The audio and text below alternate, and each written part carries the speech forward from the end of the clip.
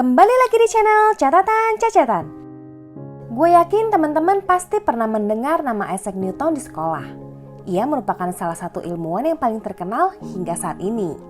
Tidak hanya itu, ia juga dikenal sebagai seorang filosofer, ahli matematika, fisikawan, astronomer, dan juga penemu.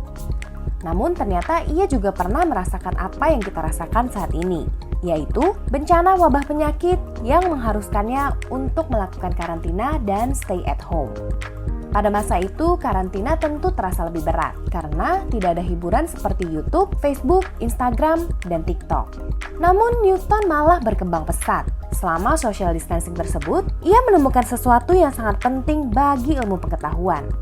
Karena mengalami kondisi yang serupa namun tak sama, tidak ada salahnya kita belajar dari Newton dalam menghadapi tantangan ini. Jadi, simak sampai habis ya!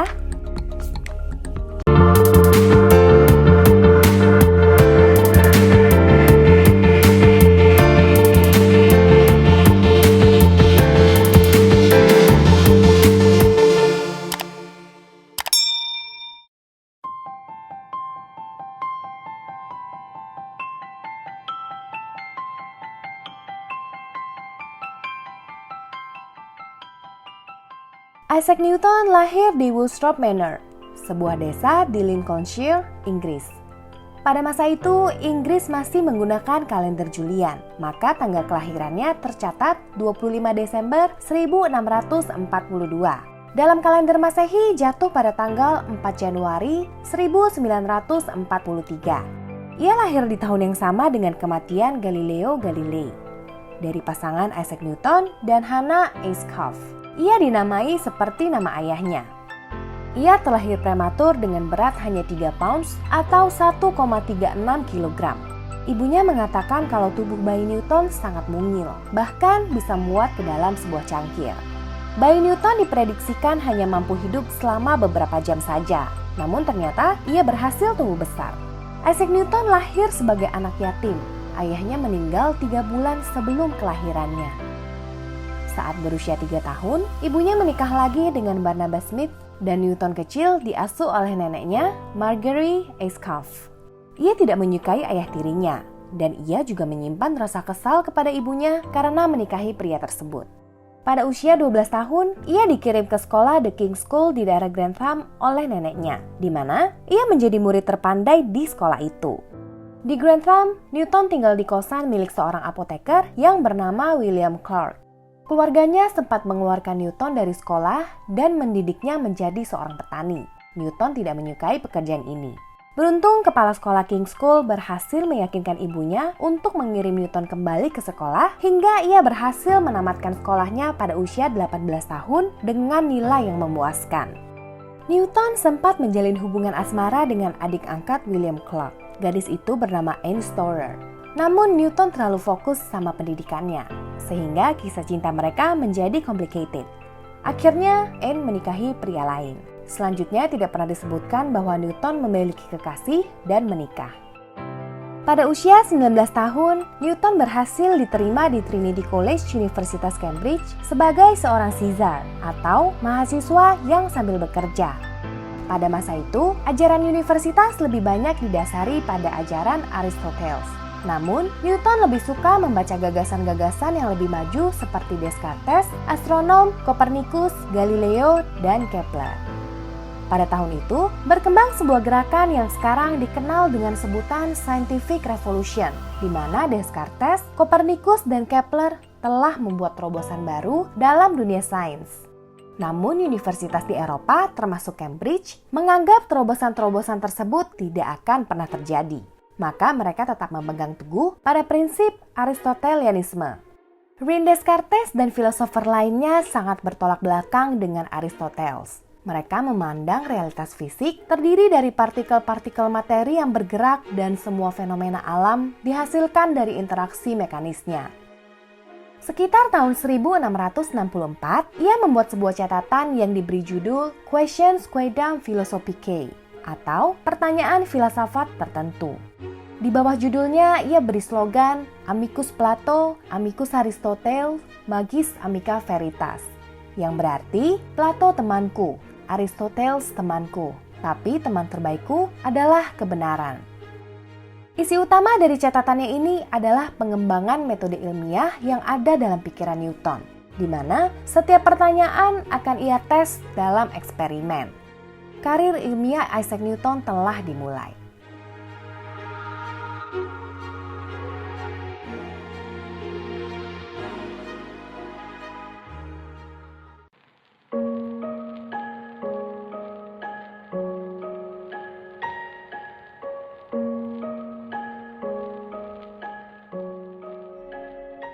Dalam Questions terungkap bahwa Newton telah menemukan konsep baru tentang alam yang menyediakan kerangka kerja revolusi ilmiah.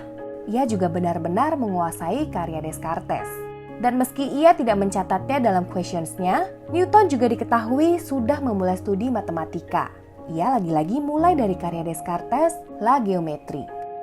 Dari konsep ini, ia kembangkan ke literatur analisis modern lainnya dengan menerapkan teknik aljabar dan geometri. Pada tahun 1665 sampai 1666, Inggris diserang oleh sebuah wabah penyakit yang menewaskan lebih dari 100.000 jiwa. Wabah ini dikenal dengan nama wabah besar London yang disebabkan oleh penyakit pes bubonik. Itu adalah infeksi oleh bakteri Yersinia pestis yang ditularkan melalui kutu. 300 tahun yang lalu, penyakit ini sudah pernah menyerang Eropa dan dikenal dengan pandemik Black Death. Namun kali ini skalanya lebih kecil, dikategorikan sebagai epidemik. Masa-masa ini dikenal dengan nama Annus Mirabilis atau Tahun Keajaiban. Inggris pun melakukan protokol kesehatan seperti pembatasan sosial. Tempat usaha dan sekolah terpaksa ditutup untuk mematuhi protokol ini. Newton pun harus stay at home. Tapi jangan samakan dengan keadaan saat ini. Pada masa itu, belum ada internet, belum ada Zoom, bahkan belum ada telepon. Jadi untuk melanjutkan pekerjaan ilmiahnya, Newton terpaksa harus melakukannya sendirian, tanpa bimbingan formal dari profesor. Meskipun begitu, wabah ini tidak menghalangi Newton untuk terus berkembang. Ya, bisa dikatakan, ia malah semakin produktif dalam masa epidemik tersebut. Saat di kampus, Newton sedang mengerjakan sebuah persoalan matematika. Ia tidak sempat memecahkan persoalan itu karena wabah bubonik. Akhirnya, persoalan ini ia bawa pulang ke rumah untuk dikerjakan. Siapa sangka, PR ini malah membimbingnya ke satu penemuan baru dalam bidang matematika. Itu adalah kalkulus. Ketika bosan stay at home terus, Newton sesekali pergi untuk bersantai di kebunnya yang memiliki pohon apel. Dia heran ketika melihat sebuah apel jatuh dari rantingnya tegak lurus menuju ke tanah. Muncul pertanyaan dalam kepalanya, mengapa tegak lurus? Mengapa tidak ke samping atau ke atas? Ia menyadari ada sebuah daya atau kekuatan dari bumi yang menarik apel tersebut, sehingga jatuh lurus langsung menuju bumi. Inilah cikal bakal ia menemukan hukum gravitasi. Newton mulai mencoba untuk menjelaskan kecepatan jatuh sebuah objek. Semakin ia mengamati, semakin ia sadari bahwa kecepatan jatuhnya sebuah objek terus meningkat setiap detiknya. Namun tak ada rumus matematika yang bisa menjawab persoalan ini. Dari sini ia menemukan sebuah cara baru untuk menjawab masalah ini. Cara itu sekarang dikenal dengan nama kalkulus. Oke, apa sih kalkulus itu? Simpelnya, kalkulus itu adalah ilmu yang mempelajari perubahan dalam segala hal. Jangan tanya lebih dalam lagi ya, karena untuk memahami kalkulus dengan baik, mungkin kita perlu seorang sarjana matematika untuk menjelaskannya. Sedangkan Mimin hanya orang yang awam dalam matematika. Meski terdengar tidak terlalu berguna, tapi kalkulus adalah salah satu ilmu matematika yang paling banyak digunakan di dunia sampai saat ini. Dan merupakan rumus yang penting dalam bidang ekonomi, statistik, kimia, fisika, arsitektur, astronomi, dan lain-lain.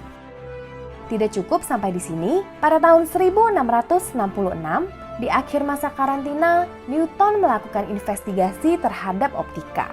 Ia melakukan eksperimen ini di rumahnya. Pada siang bolong, ia menutup semua ventilasi di sebuah ruangan di rumahnya, lalu membuat sebuah lubang kecil pada jendela. Seberkas sinar menerobos masuk melalui lubang itu. Lalu Newton menempatkan sebuah kaca prisma pada garis sinar tersebut. Sinar itu dipantulkan ke selembar kertas putih, menghasilkan sebuah gambar menyerupai matahari. Sebagian besar sinar itu berwarna putih, namun pada sisi atas terdapat warna biru dan sisi bawah terdapat warna merah.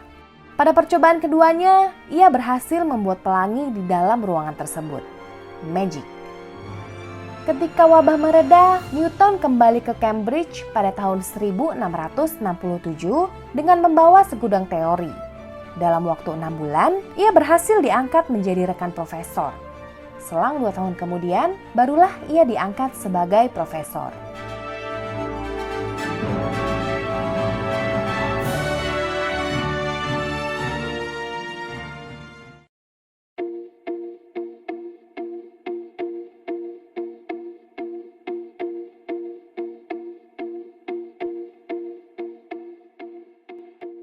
Perjalanan karir Isaac Newton tidaklah berjalan mulus.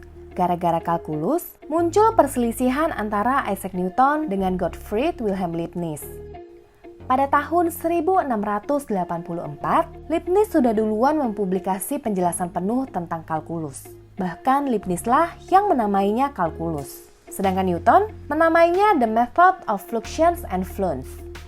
Akhirnya timbullah kontroversi dan aksi saling tuduh mencuri ide. Menurut teman-temannya, Newton sudah mengerjakan kalkulus bertahun-tahun sebelum Leibniz mempublikasikannya.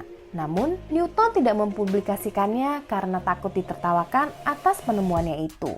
Karyanya baru dipublikasikan pada tahun 1693. Buku catatan Newton juga sering dipinjamkan kepada beberapa anggota dari Royal Society. Itu adalah komunitas yang didukung oleh Raja Charles II untuk memajukan ilmu pengetahuan. Newton menuding Leibniz mencuri idenya, begitupun sebaliknya. Dalam buku catatan Leibniz, dapat dilihat bahwa ia mengembangkan kalkulus dari gagasan awal hingga akhir. Sedangkan dalam buku catatan Newton, hanya ditemukan hasil akhirnya saja. Perselisihan mereka memuncak pada tahun 1699. Para anggota Royal Society menuduh Leibniz menjiplak Newton. Ketegangan ini berlangsung selama dekade dan sengit. Baru berakhir setelah Leibniz meninggal dunia pada tahun 1716. Namun dalam investigasi lebih lanjut, diketahui bahwa Newton dan Leibniz mengerjakan kalkulus secara terpisah. Baik Newton maupun Leibniz sama-sama mendapatkan penghargaan dalam bidang matematika atas penemuan kalkulus. Sekilas memang terdengar perebutan ini kurang penting.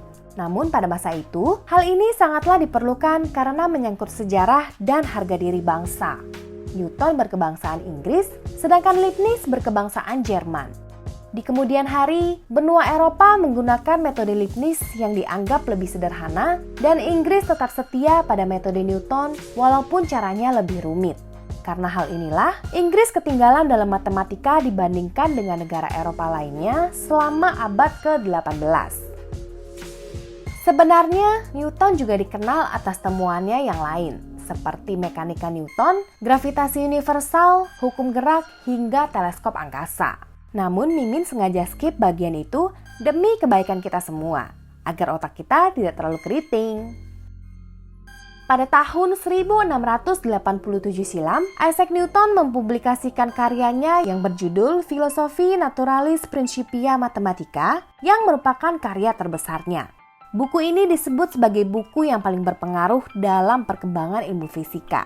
Berkat buku ini, ia diangkat sebagai ksatria oleh Ratu Anne pada tahun 1705. Hal ini memberi gelar Sir di depan namanya. Sir Isaac Newton juga dipercaya untuk menjabat sebagai pengawas percetakan uang logam kerajaan, atau yang biasa disebut Royal Mint pada tahun 1696.